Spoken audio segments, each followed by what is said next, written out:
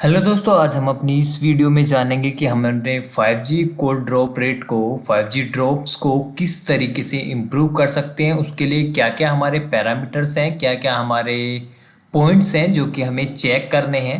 ठीक है, जिसकी वजह से हमारा जो ओवरऑल 5G ड्रॉप्स है वो इम्प्रूव हो जाए, यानी जो हमारी KPI डिग्रेड हो गई है वो इम्प्रूव हो जाए। ठीक है, उसके लिए क्या क्या पैरामीटर्स हैं वो हम चेक करेंगे।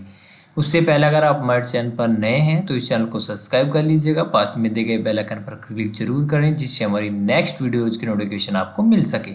जैसे कि आप स्क्रीन पर देख कर आ रहे हैं, यहाँ पर काफ़ी सारे पॉइंट्स दिए गए हैं। ड्रॉप इंटरफेरेंस की वजह से भी हो सकता है, अलार्म्स की वजह से हो सकता है, आउटेज इशू आ गया है उसकी वजह से हो सकता है, कोई भी यूई फॉल्टी है आपके नेटवर्क में जो कि ड्रॉप रेट बढ़ा रहा है। ठीक है, मल्टीपल ड्रॉप्स उसी के काउंट्स बढ़ा रहा है। ठीक है, हो सकता है 1000 ऑफ ड्रॉप्स उसी की वजह से हो रहे हो। ठीक है, तो वो आपको चेक करना है, उसी को प्रॉपरली चेक करना है। अननोन यूई है या फॉल्टी यूई है, ठीक है, वो या सपोर्ट नहीं कर पा रहा है, वो सारी चीज़ें उसकी स्पेसिफिकेशन सब देखना है। ठीक है, हो सकता है यूई बियॉन्ड सेल रेंज जो आपका वो भी चेक करना है। रेक फेलियर की वजह से भी हो सकता है, टाइमर होते हैं उस वो एक्सपायर हो रहे हैं तो उनकी वजह से हो सकता है। मास्टर इनोड भी ड्रॉप्स हो रहा है, सेकेंडरी जी नोड भी ड्रॉप्स हो रहा है। तो ये काफ़ी सारे पॉइंट्स हैं जिनकी वजह से आपके ड्रॉप्स हो जाते हैं। ठीक है, इन टॉपिक्स पर बात करने से पहले अगर आप हमारे चैनल पर नए हैं तो इस चैनल को सब्सक्राइब कर लीजिएगा, पास में दिए गए बेल आइकन पर क्लिक जरूर करें जिससे हमारी नेक्स्ट रिलेटेड वीडियोज़ का नोटिफिकेशन आपको मिल सके। डिस्क्रिप्शन में काफ़ी वीडियोज़ के लिंक दिए गए हैं, वहाँ से जाके आप देख सकते हैं। ठीक है, हमारी आज की इस वीडियो का टॉपिक है कि हम किन पैरामीटर्स को ट्यून करें। ठीक है, पैरामीटर पर बात करेंगे, किन पैरामीटर्स को ट्यून करें जिसकी वजह से हमारा 5G ड्रॉप इम्प्रूव हो जाए। ठीक है, तो सबसे पहले हम बात करेंगे अपने पैरामीटर की। ठीक है, वो है सेल रेंज। ठीक है, इसमें क्या होता है कि कुछ यूज होते हैं जो कि बियॉन्ड द सेल रेंज होते हैं, जिनकी वजह से जो आपकी ड्रॉप रेट है वो काफ़ी डिग्रेड हो जाता है। ठीक, हो सकता है कि कोई एक पर्टिकुलर यूई है, ठीक है, जिसकी वजह से हायर नंबर ऑफ ड्रॉप्स हो रहे हैं। ठीक है, और वो क्या है कि वो आउट ऑफ सेल रेंज है। तो उस केस में आपको क्या करना होगा, ये एक पैरामीटर है। ठीक है, इस पैरामीटर को जैसे सपोज कीजिए उसकी वैल्यू अभी पड़ी हुई है 2 किलोमीटर। ठीक है, आपको ये भी चेक करना है कि वो साइट जो है आपकी रूरल एरिया में है या सिटी में है। ठीक है, अगर सिटी में है तो ज़्यादा सेल रेंज इंक्रीज नहीं करनी है कि ओवरशूट करेगी तो भी इशू होगा। ठीक है, सिटी साइट है या रूरल साइट है, आपको वही चीज़ देख लेना है कि 2 किलोमीटर से है तो 3 किलोमीटर चेंज कर दिया, इसको 4 किलोमीटर कर दिया। इस तरीके से आप इसे इंक्रीज करके अपना ड्रॉप रेट इंप्रूव कर सकते हैं। अगर रूरल साइट है, पहाड़ी साइट है या दूर दूर तक कोई साइट नहीं है तो आप जैसे उसकी डिफ़ॉल्ट पड़ी हुई है 15 किलोमीटर, तो डिफ़ॉल्ट सेल रेंज 15 किलोमीटर है, उसके बाद भी आपके हाई नंबर ऑफ ड्रॉप्स आ रहे हैं तो उसके इसमें आप इसे 40 किलोमीटर या 50 किलोमीटर आप इसे कर सकते हैं। ठीक है, इस सेल रेंज इंक्रीज करने से आपका क्या बेनिफिट होगा, जो आपका रैक सक्सेस रेट है वो भी इम्प्रूव होगा।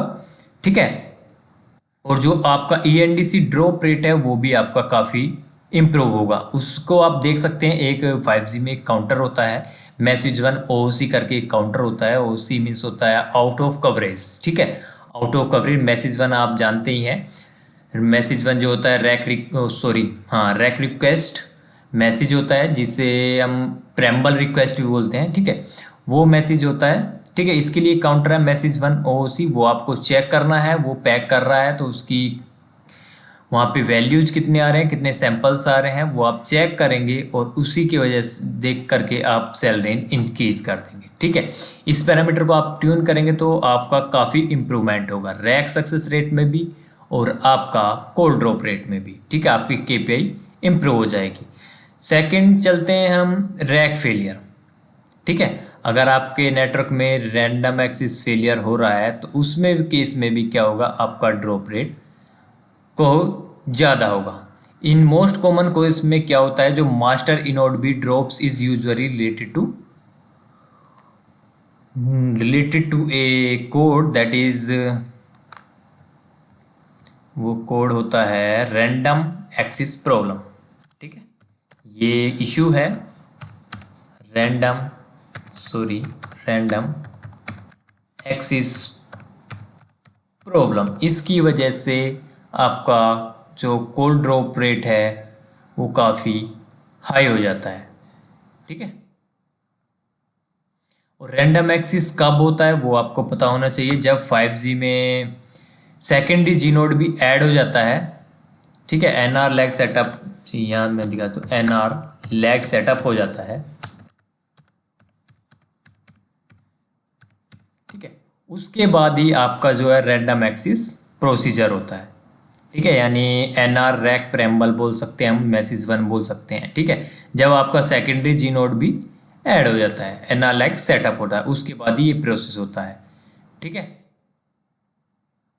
उसके बाद करना क्या है आपको, इसको इम्प्रूव करने के लिए सेम वही जो कि मैंने अभी बताया था, एक पैरामीटर है जिस पर हमें वैल्यू को ट्यून करना है, दैट इज B1, शायद मैंने पहले नहीं बताया, B1 थ्रीशोल्ड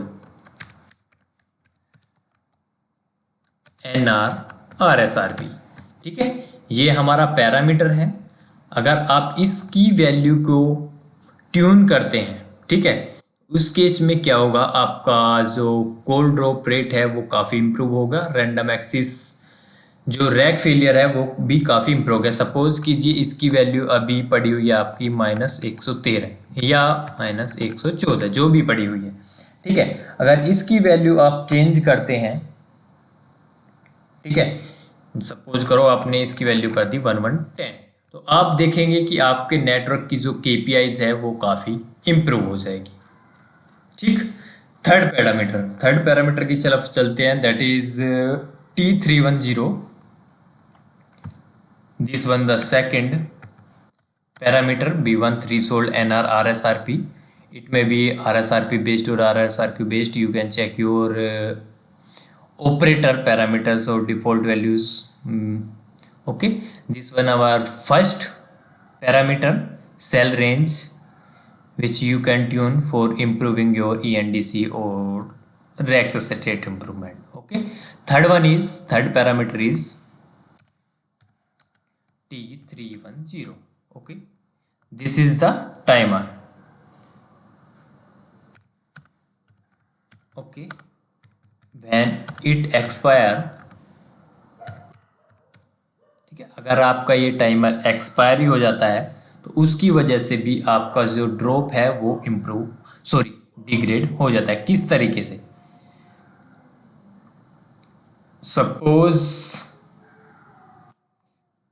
ये जो आपका जो काउंटर होता है, ये this timer is based on SSB, synchronization signal block, and CSIRS. Okay, CSIRS, that is channel state information reference signal. Okay, this is based on the SSB or CSIRS link monitoring. Okay, and if UE fails to decode these channels for the duration which is specified by N310, the duration is which is specified by N310. Okay, this is the counter. It assumes that radio link is faulty. Okay, once N310 is triggered,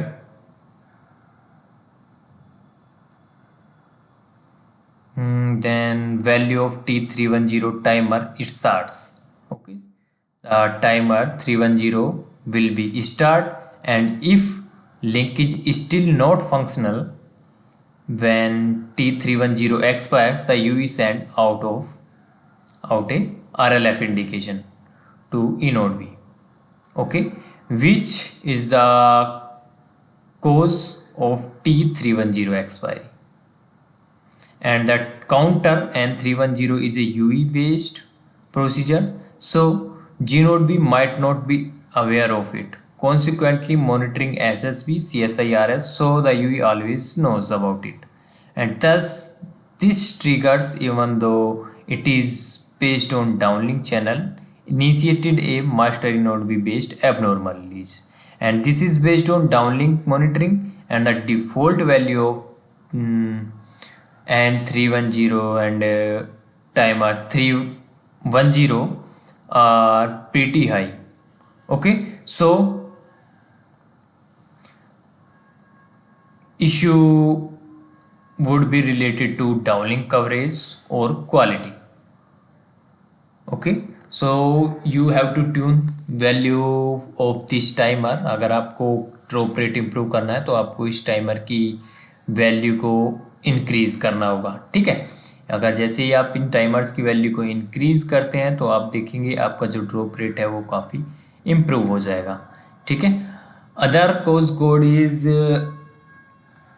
other timer is other parameter is fourth one, which is UL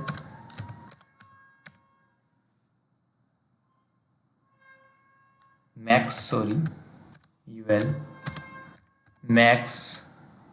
retransmission threshold.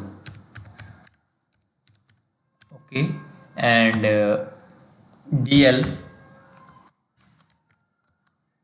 max retransmission threshold.